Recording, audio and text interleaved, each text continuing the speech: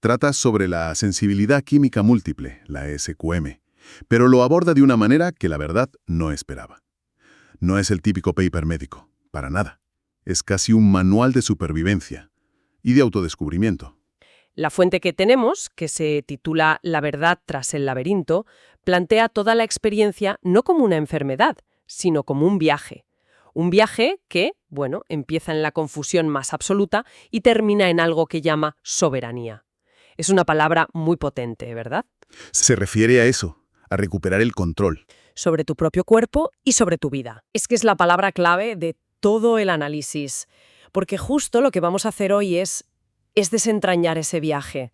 Nuestra misión, por así decirlo, es seguir el rastro. Ver como un montón de síntomas que parecen totalmente aleatorios, un dolor aquí, una fatiga allá, una reacción rara, de repente pueden encajar, como las piezas de un puzzle. Y lo más importante, ¿qué significa ese momento ajá para la persona que lo vive? Vamos, que trazaremos esa ruta desde el diagnóstico ciego hasta el empoderamiento. Vale, pues vamos a ello, a desgranar esto. El punto de partida que describe el texto es uno que a mucha gente le sonará familiar, la etiqueta de ser alérgico a todo. Durante años es súper común que síntomas como rinitis crónica, asma, sequedad en los ojos, pues se achaquen a lo de siempre, al polen, a los ácaros. A lo típico. Lo normal sí. Exacto. Es el sospechoso habitual. Pero lo fascinante aquí es el momento de la revelación que describe la fuente, ese punto de inflexión en el que la persona se da cuenta de que la medicación para la alergia, los antihistamínicos, vamos, pues que no funcionan, o no siempre. Y ahí es cuando surge la gran pregunta. Si no es el polen, ¿qué es? Y la respuesta es tan cotidiana que casi asusta. Precisamente, el agresor no es natural, es químico. Y el texto es muy claro, señala a productos que nos rodean a diario. El suavizante de la ropa del vecino que se te cuela por la ventana, la nube de perfume que deja a alguien en el ascensor, los productos de limpieza del súper, son cosas que la mayoría de la gente ni siquiera registra. Y aquí es donde se pone la cosa muy, muy interesante. Se produce un cambio de perspectiva radical. El texto subraya que no es que la persona se lo invente, sino que es el resultado de un proceso lentísimo de autoobservación, de atar cabos durante años. Se deja de pensar «soy una persona enfermiza» o «qué débil soy» para empezar a reconocerse, y esto es una cita directa, como un detector biológico de toxicidad. Ese cambio es fundamental. Es la primera salida del laberinto. Antes de eso, la persona está luchando contra un enemigo invisible, pero con las armas equivocadas. Intenta tratar una alergia cuando, en realidad, su cuerpo está en alerta máxima por los compuestos orgánicos volátiles del ambientador de la oficina, por ejemplo. Esas partículas químicas que flotan en el aire. Justo. Las que respiramos sin darnos cuenta. El problema no es el olor a pino, sino lo que lleva ese olor. Es como intentar arreglar un problema de software reiniciando el ordenador una y otra vez. No funciona porque el fallo no está donde crees. Y esa idea de ser un detector biológico le da la vuelta por completo. Ya no es una debilidad, es una sensibilidad extrema. Casi me atrevería a decir que lo plantea como una especie de superpoder bastante incómodo. Es una forma de reformular lo que te devuelve la agencia, el control. Porque si eres un detector no estás roto, estás informando de un problema en el entorno. Y esa nueva perspectiva es la que te permite empezar a mirar tu propio historial médico con otros ojos. Claro, me imagino que una vez que tienes esa clave, la del detector biológico, todo tu pasado clínico empieza a parecer diferente. Todas esas visitas a especialistas que no encontraban nada claro. Exactamente. Y ese es el siguiente gran pilar del texto.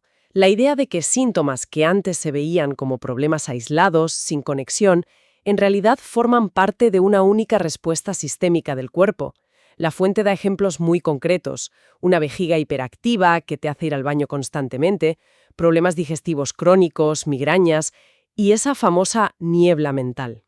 ¿Podemos pararnos un momento en lo de la niebla mental? Porque es un término que se oye mucho, pero que puede ser difícil de entender si no lo has vivido. por supuesto. Y es crucial porque es uno de los síntomas más incapacitantes. No hablamos de un simple despiste o de estar un poco cansado. La niebla mental que se describe es una sensación persistente de confusión, como si el cerebro funcionara a cámara lenta o a través de un filtro muy espeso. Afecta a la memoria a corto plazo, a la capacidad de encontrar palabras, a la concentración. Es intentar leer un párrafo 3 veces y seguir sin saber qué dice. Entiendo. Entonces, tienes por un lado al urólogo tratando la vejiga, por otro al de digestivo mirando el colon irritable, quizás un neurólogo para la niebla. Cada uno ve una pieza del puzzle, pero nadie tiene la tapa de la caja para ver la imagen completa. Esa es la metáfora perfecta. El texto argumenta que la persona con SQM, sin diagnosticar, cuando intenta explicar lo que le pasa a su familia o a sus médicos, está tratando desesperadamente de enseñarles la tapa de la caja. Les está diciendo: todo esto está conectado, empeora a la vez y mejora a la vez. Lo que antes se etiquetaba como fragilidad, ansiedad o incluso hipocondría, se revela como una intolerancia ambiental no reconocida y que afecta a todo el organismo. Y esto tiene unas implicaciones enormes en el día a día, porque ya no es una lista de quejas inconexas, es un único problema con muchas manifestaciones. Cambia completamente cómo pides ayuda o cómo pones límites, supongo. Totalmente. Y aquí el texto enmarca esto como un punto de inflexión psicológico y social. Se pasa de pedir disculpas por encontrarse mal a reclamar un espacio seguro. Ya no es perdón por las molestias, es que hoy tengo migraña, sino necesito que este espacio esté libre de fragancias para poder funcionar.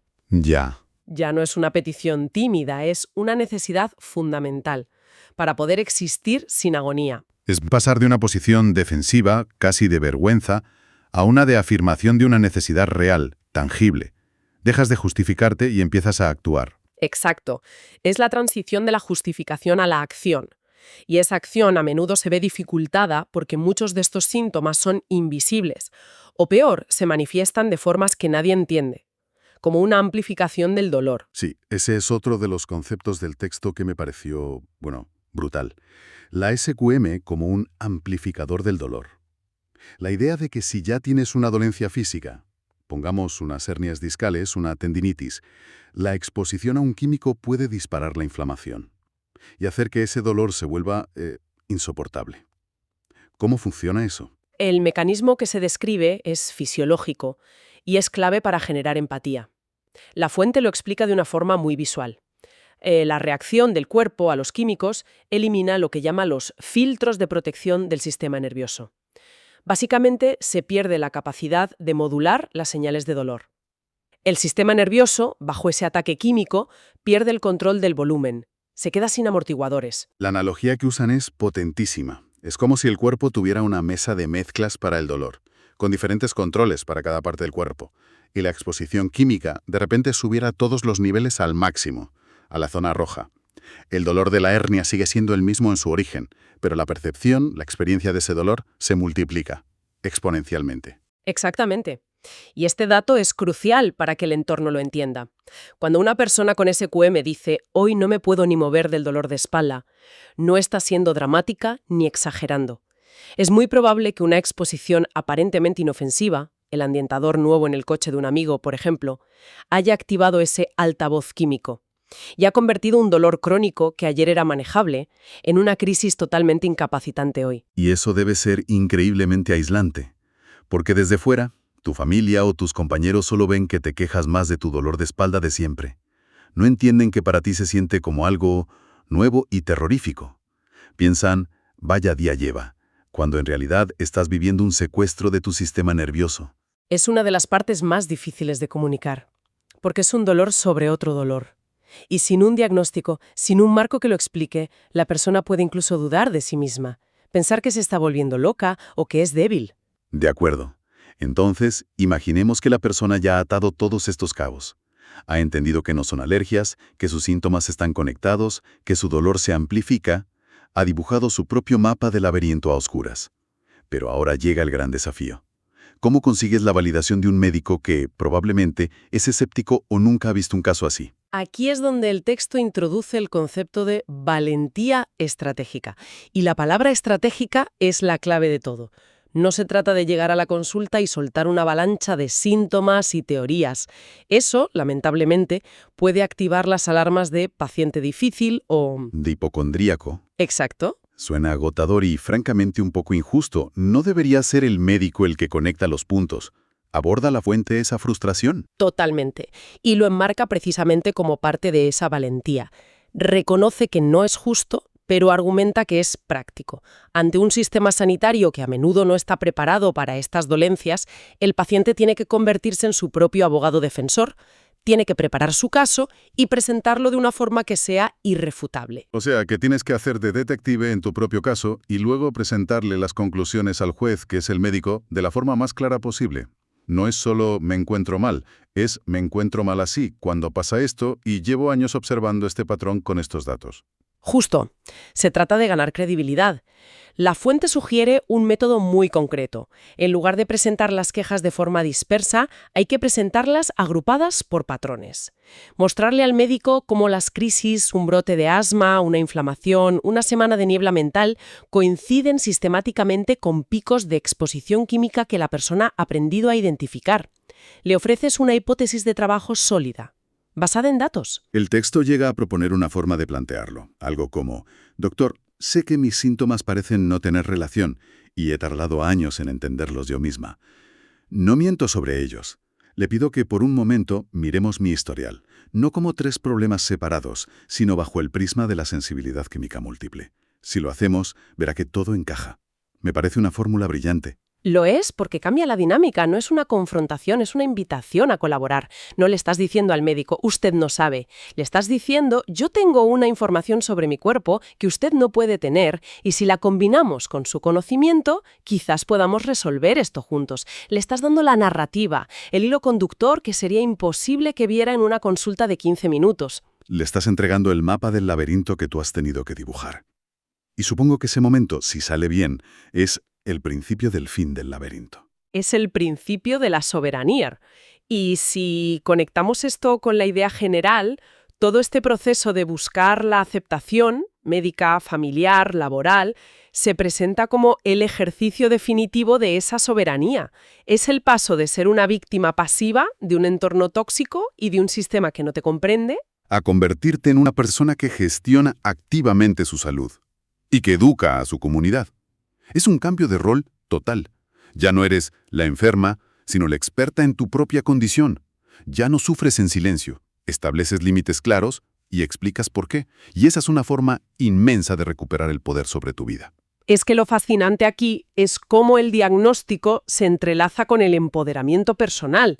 La validación de un médico no es solo un papel, es el reconocimiento oficial de que tu lucha era real, de que tu investigación personal era correcta y que tus necesidades son legítimas, no son caprichos. La fuente lo resume al final con una metáfora muy potente que lo ata todo. Dice que la autoaceptación se completa cuando entiendes que tu historial clínico no era un caos, era un mapa que finalmente has aprendido a leer. Y la validación médica es el sello que permite que ese mapa sea reconocido por los demás. Es el momento en que el laberinto deja de ser una prisión aterradora y se convierte en un territorio conocido. Sigue teniendo sus peligros, claro, pero ahora conoces las rutas, los atajos y, lo más importante, las salidas seguras. Y tienes el derecho de pedir a los demás que no te bloqueen esas salidas. En resumen, el texto que hemos explorado hoy nos presenta la experiencia de la SQM no solo como una lucha médica, sino como un profundo proceso de investigación personal, casi detectivesco. Se trata de conectar pistas durante años para resolver el misterio de tu propio cuerpo y, al final, reclamar el derecho a una existencia segura, digna. El punto clave que se destila de todo esto es el poder de reconocer patrones en tu propia vida y la enorme valentía que se necesita para transformar una narrativa de enfermedad en una de comprensión y empoderamiento. A veces, el diagnóstico más importante es el que uno mismo construye. Y esto nos deja con una reflexión final, que va más allá de la SQM. Si un historial clínico que parece caótico puede leerse como un mapa coherente cuando encuentras la clave correcta, ¿cuántas otras condiciones crónicas complejas, como la fatiga crónica o la fibromialgia, podrían entenderse mejor?